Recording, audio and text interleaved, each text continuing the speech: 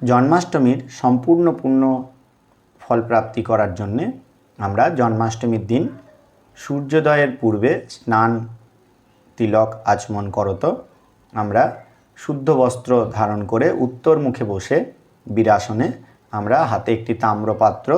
ধারণ করে তার মধ্যে তিল, তুলসী, গঙ্গাজল, একটি হরিতকি ফল এবং শ্বেত পুষ্প ধারণ করে আমরা সংকল্প করে নেব। বলতে হবে বিষ্ণুর নমোদ্য ভগবত আজ্ঞায়া ভাদ্র মাসে কৃষ্ণপক্ষে অষ্টম মাং তিথো, নিজের গোত্র, তারপরে নিজের নাম, শ্রী বিষ্ণু প্রীতিলাভ কামনয়া চতুর্বর্গ ফলপ্রাপ্তি লাভ কামহেতু মনোবাঞ্ছিত সকল শুভ অভীষ্ট সিদ্ধি লাভ কাম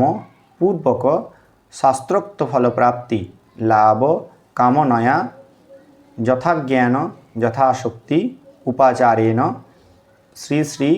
ভগবান কৃষ্ণচন্দ্র জন্মাষ্টমী ব্রত অহম